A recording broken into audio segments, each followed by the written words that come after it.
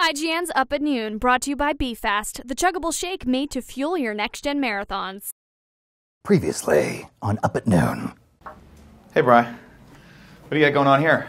Hey, Nick. I'm just drinking BeFast. Oh. It's a hot new product from General Mills. It's like breakfast, but faster.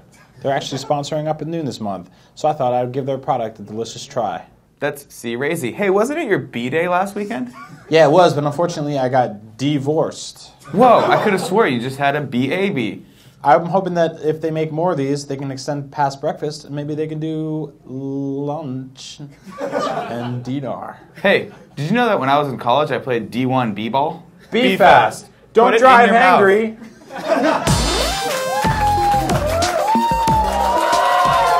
What's up, everybody? Welcome to Up at Noon, and nothing goes better in my DaveFenoy.com coffee mug than BeFast. So everyone go to DaveFenoy.com. I am confused as to who is sponsoring this episode of the show. Are you ready for the next generation of games? They are. And Brian Altano is too. He's actually camping out right now. Then Mr. Exclusive Geoff Keighley is here to talk about this year's Video Game Awards and how he went from being a regular old gamer like these clowns to being the face of Spike TV's GTTV. But first, the news you care about.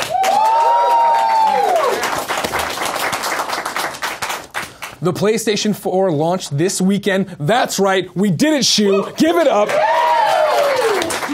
Now, the IGN reviews are in, and the highest rated game is Flower. A slightly prettier PS3 game that's 4 years old and is about a bunch of flying plants. The next generation of video games has arrived, ladies and gentlemen, and I already hate it. The Integri Entertainment Ad Agency conducted a survey to determine the buying intentions of each next-gen console. With the PlayStation 4, it came in 58th place, and the Xbox One, 39th place. And in a shocking lead, the Wii U is number one. I did not make this up. I did not see this coming. I mean, I guess with the right combination, you know, a little bit of luck, some hope. Wait, what? Oh, those are percentage signs. Only 1% of people want a Wii U.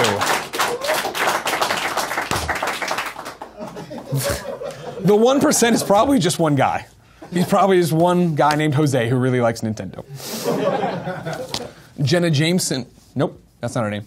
Jenna Jameson has announced she's returning to the porn industry. And we here at Up at Noon have an exclusive first clip of her comeback video.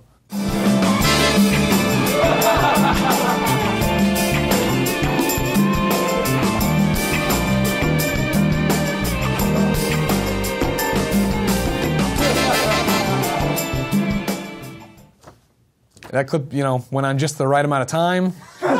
Wasn't too long. I enjoyed the turtle just bopping his head in the background. Jesus Christ, this show. YouTube is coming to the Nintendo 3DS. So for all of you who ever said, man, I wish the video quality of Up at Noon could be just as bad as the writing quality, your ship has come in. McDonald's is considering the possibility of 3D printing Happy Meal toys in its restaurants. Now, using a mixture of rubber, paintable resin, and plastic smelting techniques, the toys will be the healthiest things made at McDonald's. I like that. It was like a golf clap. You know, I like that one in the long run.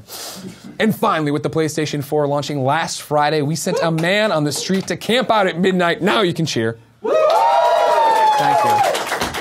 He's going to report back about his first full weekend with the PlayStation 4, and that man just happens to be Brian Altano. Brian!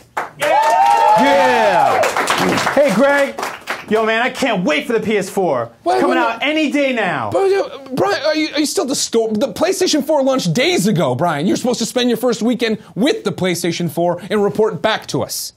It's called Camping Out, Greg. This year I wasn't just the first in line, I was also the last in line. My presence was so strong and terrifying that hundreds of people came to the store, waited behind me in line, got so scared they went into the store, walked out holding big bags just to protect themselves from me. Then they went home like a bunch of little babies. Brian, those people went in the store and bought PlayStation 4s and then walked out, all while you kept standing outside the store like a jackass. Are you kidding me? No chance in hell. I'm way too menacing for that. I'm angry. I'm starving. I smell like piss. I haven't slept in days. I see shadow people every time I blink. That's why everybody else in line was so scared of me. They walked right past me into the store, bought their PS4s, walked out, and god damn it, they bought all the PS4s, didn't they? Yes, of course they did. I mean, they're definitely all sold out now, Brian. You blew it, Brian. Oh, what the hell am I still doing outside of this stupid store? Well, I mean, like, technically the Xbox One launches in like 5 days. Ah. Well then, Greg, it's time to my pants and get comfortable. It's gonna be a long-ass week. Why do we? Brian Altano, everybody. I think it's pretty obvious that Brian sure loves video games. Speaking of loving video games, Greg Way, Geoff Keighley loves them so much he's built a career out of them. You know him from game trailers, from Spike TV, from the VGAs. Ladies and gentlemen, Geoff Keighley.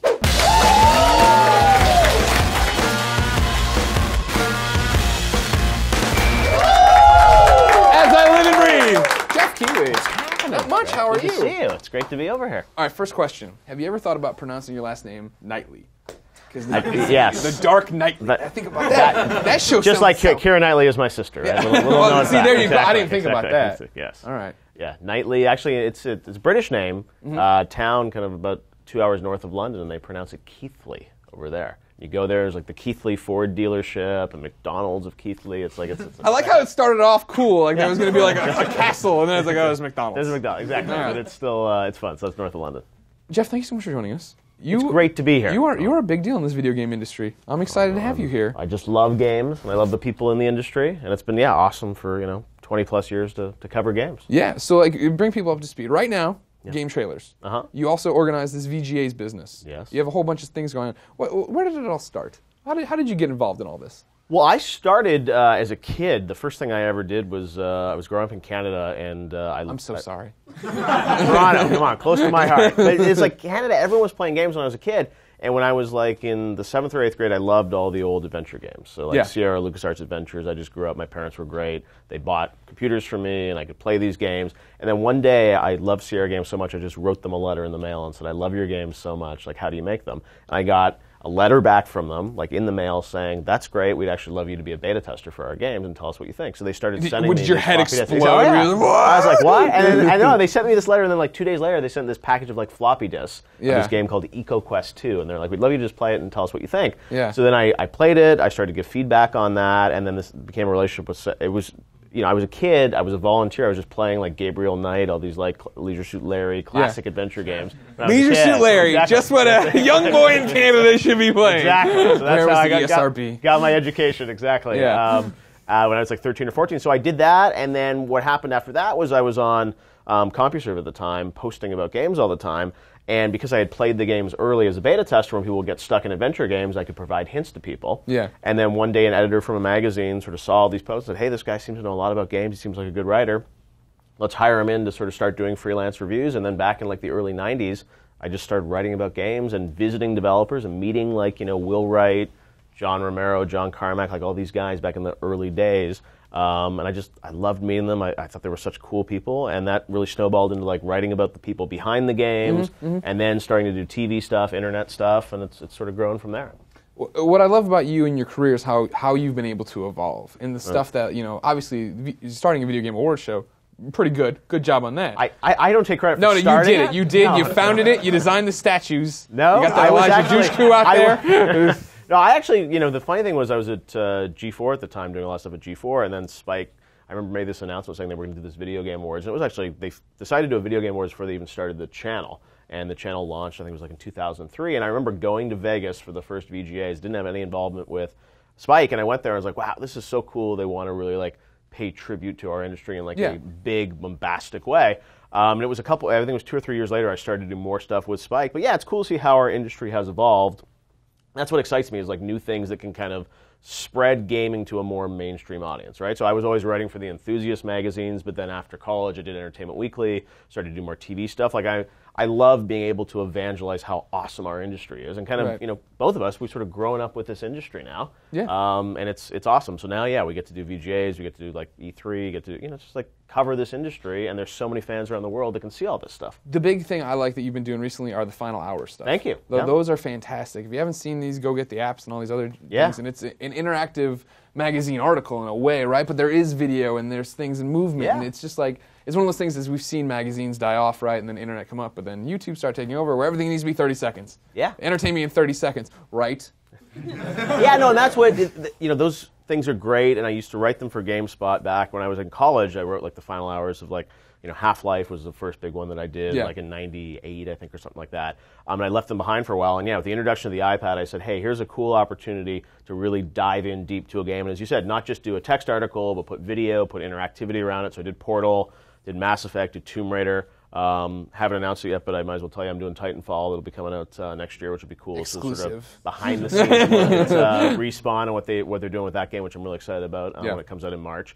So yeah, I try and pick sort of, you know, 1 to 2 games a year that I'm really excited about, and like dive into the game and also like the story of the people that made it. So thank you, Mel. See, that's the big thing. That was what I loved so much about the Valve one, about Portal. You know what I mean? Was that, you know, you're talking to Pinkerton, you're talking to all these different people. You know what I mean? And telling their stories rather than just focusing on the game like a normal person. No, and that's what's great about your show and stuff I do. It's like we can actually expose who these people are. Pretty good, huh? And well, but honestly, like what I love, and that's what I think really got me interested in this business, was when I was, you know, in Texas when I was like a 14-year-old kid meeting the id guys, right? And they had just made Doom, and I'm like, these are such cool people. You know, you want to know more about them, and it was like I wanted to tell their stories. I wanted to expose who these amazing designers are. And now it's, you know, a little more common, but back when I was starting out, it's like it was all about the games. And now it's like these are creative expressions from these people. And yeah, to be able to tell those stories and talk about Eric Wolpaw and who he is, and you know, people love Gabe, but it's like everyone at Valve has such interesting backstories. Like the lady, the animator, who did Wheatley, it's like she was the voice and puppeteer of Red Fraggle on Fraggle Rock, and it's like that just is insane to me. Love Red Fraggle, right? One Red Fraggle, right, one for Red Fraggle. I can't even say that. It's like you would just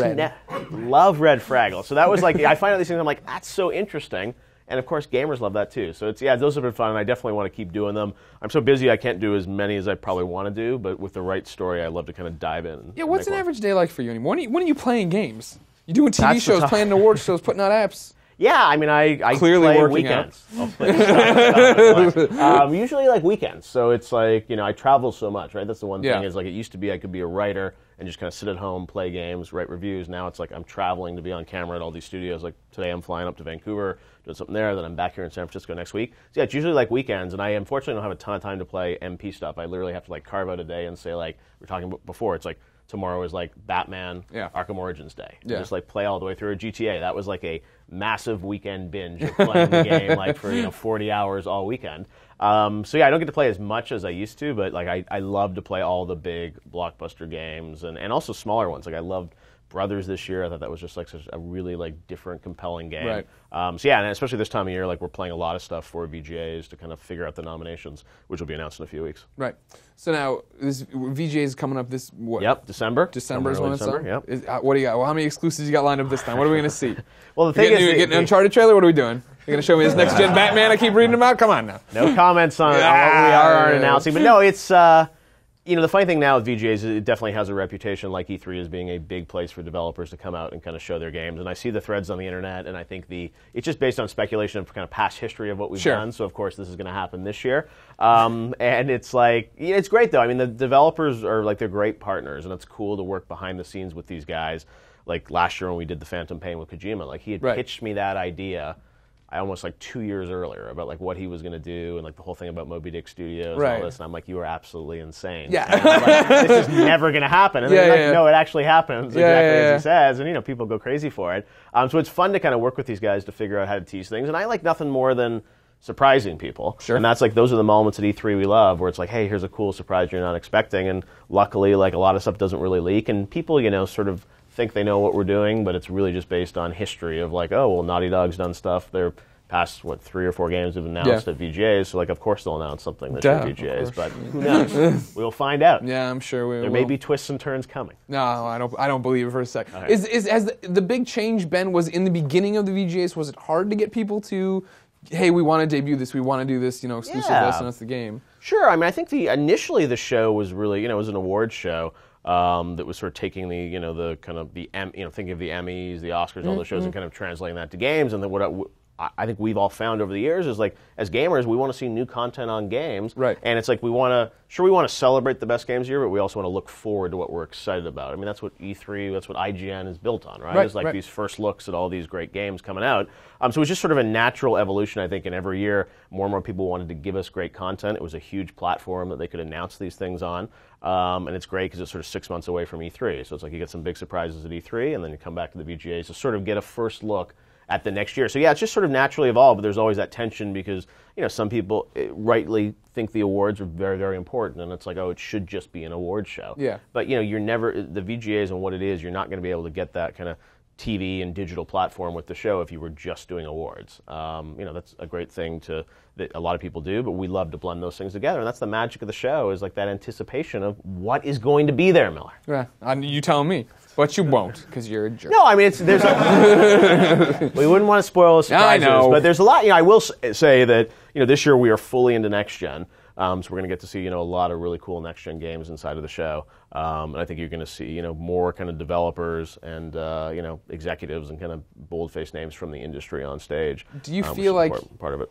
Do you feel like you've hit your stride with it? One of those things. Last year's show I thought was excellent. You know what I mean? And in years past, I know you've been on Twitter with some of the negative Nellies we have in the industry. It's sort of a thankless task, and the internet the internet, man. It's and I appreciate all the feedback, and it's like it's sort of like you can't please everyone with something like that, and we always take that exactly. I think the show has evolved this year. It's going to be we're going to announce soon. It's evolving kind of a very kind of big and different way with what we're doing with the show, and we're trying to take that feedback, in mind, and really build the show for what the gamers want to see. But it's also blending that against like what does a TV audience want to see, what do core gamers want to see, and VGA, it's a sport now, right? To hate on the VGAs, and it's like everyone's still going to tune in and be, excited about the announcements. And sounds a lot like IGN, so don't worry about it. Like, you know what I mean? No, it is. We have to, we cater to a wide audience. Exactly. So I understand that there's not enough coverage on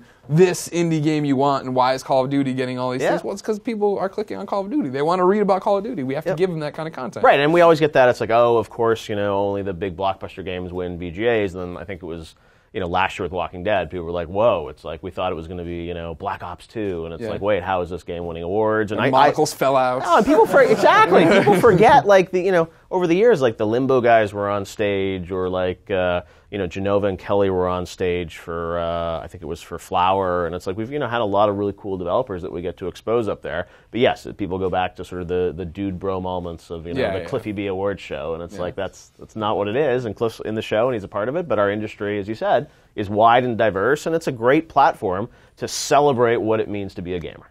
What does being a gamer mean to you? Being a gamer to me means having just incredibly immersive experiences that you can't get anywhere else, right? When I play something like GTA 5 or Last of Us, it's like it takes you a place that you can't go anywhere else in any other type of medium, and that's like really special. Like when you're a gamer, that's going to become in these games, and those moments are just so immersive, so interactive. And you're sitting there for like GTA, I was sitting there for 30 hours. And it's like, those great moments for a game. It's like, oh, man, I have to get to bed, but you can't wait to get up the next morning and dive right back in and just keep going. And everything around you disappears because you're in the zone wanting to finish that game and get to the end of it. And those weekends where I just binge on those games, can't even think about anything. You forget to literally eat or drink because you're just like so immersed in these games. And the power of the games is getting better and better, right? And like this year, the emotion in some of these games has just been incredible. And I look at like the last generation and how good it was, and now finally having played PS4, Xbox One, a lot of the games, I was always wondering, was that leap going to be there in terms of sort of the feel of games? And I really do feel like these new boxes are going to be worth it. The jump may not be as great as standard definition to high definition, but there's some magic there when you're I think we're under embargo, so we probably can't say a lot about some of these games, but certain games, like when you play them, they're like, yeah, there's a finesse. It's like you feel even more immersed in the world because the graphics are that much better. I mean, my example is always Infamous Second Son, right? The first time I saw it, and he jumped off and his coat flapped in the wind. Or when I played Titanfall for the first time, you're like, this is the tip of the sword. You know what I mean? Imagine how good and the this feel is of going to it, look in 3 years. right? Yeah. And just that's the thing is like it's subtleties that I think only gamers will really appreciate, right? When you go hands-on. So you look at sort of the visuals in some of these games, you're like, it kind of looks like what I see on, 360 or PS3, maybe a little better. But then the feel of it and the frame rate and stuff like that, and the motion blur and all that really like adds a little bit something extra. And I'm really excited, I think, about like what's coming out for launch, but then to think of like the franchises we love, what those are going to feel like when they sort of take that leap to the next generation. And we're going to see that next year. I mean, most of the games this year that are cross-generational, you're basically looking at, Assassins or something, you're looking at something that is sort of, built for the current generation and then sort of upgraded for next gen, which is just what you have to do. Built from the ground up, and when the install base is there, those guys are going to be able to really blow us away. So I'm excited, and I think, VGAs will be a great spot to sort of give people a glimpse of like what 2014 is going to look like on these systems, and even, Titanfall, Destiny. I mean, there are a lot of big games announced for next year that we will look forward to showing you more on. Great. Geoff, I love everything you do. Can't wait for the VGAs. We're going to see you at the VGA. Are we? Right? I can't wait. Am I invited? I'm coming to the VGA! Thanks for coming to VGA! Woo! Bring your whole audience with you. This Up at Noon stuff. Going to the VGA. I spilled some B-Fast. Thank you to Nick Scarpino, Brian Altano, Geoff Keighley, and you, my audience. If you want to be in that audience, go.ign.com/upatnoon for details. As always, Brian and I will be responding to comments the first hour this video is live, so come tell us what you're looking forward to at the VGAs. Me, I'm pumped for Uncharted 4. This is all I have! But until then, I'm going back to bed. Be fast and DaveFenoy.com.